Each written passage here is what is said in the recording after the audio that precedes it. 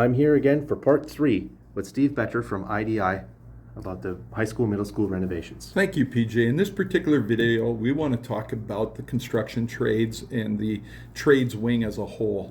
Currently, the Gwinn High School has maintained their construction trades program, but we really want to renovate and enhance this.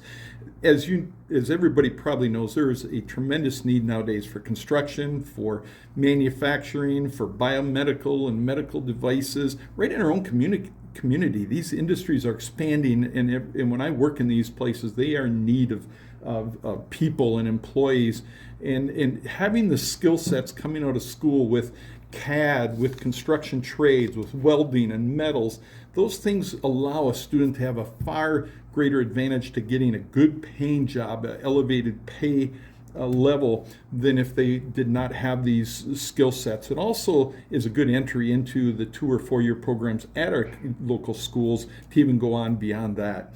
So this program, this bond issue, really focuses on enhancing these trades programs for students that don't want to go on for computer science or other degrees in a college, but want to stay in the trades program.